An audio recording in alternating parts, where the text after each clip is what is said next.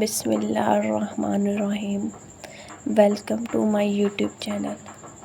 شروع کرتے ہیں آج کا ٹاپک کے ایک قصہ، حضرت یونس علیہ السلام اور وحیل کی کہانی۔ نینوا کے مبارک شہر میں حضرت یونس علیہ السلام نامی ایک نبی رہتے تھے۔ وہ اللہ کی طرف سے اپنی قوم کی رہنمائی کے لیے بھیجا گیا تھا، جو راستائی کی راہ سے بھٹک گئے تھے۔ حضرت یونس علیہ السلام نے اپنی قوم کو توبہ کرنے اور اللہ کی طرف رجوع کرنے کی دعوت دی، لیکن انہوں نے سننے سے انکار کر دیا۔ مایوس ہو کر حضرت یونس علیہ السلام نے نینوا چھوڑ کر جہاز سوار ہونے کا فیصلہ کیا، تاہم اللہ کے دوسرے منصوبے تھے۔ ایک شدید طوفان جہاز سے ٹکرا گیا اور عملہ خود کو بچانے کے لیے حضرت یونس علیہ السلام کو جہاز پر پھینکنے پر مجبور ہوا۔ حضرت یونس علیہ السلام جیسے ہی سمندر کی گہرائی میں ڈوب گئے تو ایک بڑی وحیل مچھلی نے انہیں پوری طرح نگل لیا۔ سبحان اللہ! لیکن وحیل اسے ہضم کرنے کے بجائے اسے سمندر کی تہہ میں لے گئی، جہاں حضرت یونس علیہ السلام نے اللہ سے مغفرت کی دعا کی۔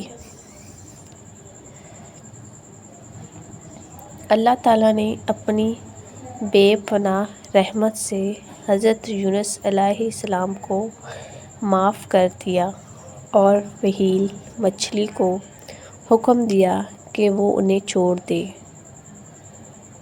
وحیل مچھلی کے پیٹ میں 3 دن اور 3 راتیں گزارنے کے بعد حضرت یونس علیہ السلام شکر گزار اور عاجزی سے نمودار ہوئے۔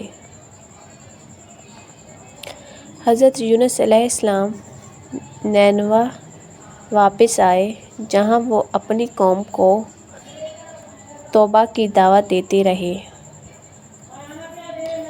اس بار انہوں نے سنا اور پورا شہر اللہ کی طرف جھک گیا۔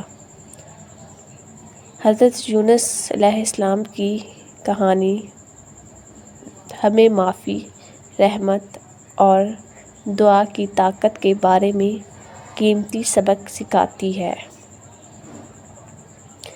یہ ہمیں یاد دلاتا ہے کہ ہم نیکی کے راستے سے کتنے ہی دور ہٹ جائیں، اللہ کی بخشش کے دروازے ہمیشہ کھلے ہیں۔ جیسا کہ قرآن کہتا ہے، اور بے شک یونس رسولوں میں سے تھا، جب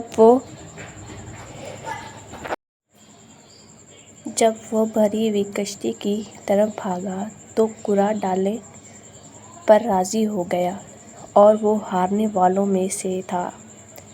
پھر ایک بڑی مچھلی نے اسے نگل لیا، جبکہ وہ ملامت زدہ تھا۔ اگر وہ اللہ کی تسبیح کرنے والوں میں سے نہ ہوتا تو اس دن تک اس کے پیٹ میں رہتا، جب تک کہ وہ زندہ کیے جائیں گے۔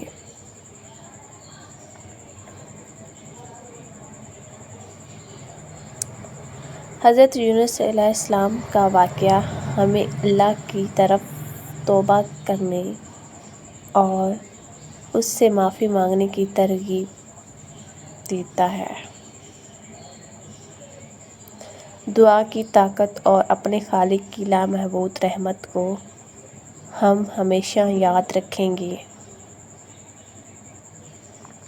اللہ تعالیٰ ہم سب کو نیکی کے راستے پہ چلنے اور گناہوں سے توبہ کرنے کی توفیق عطا فرمائے۔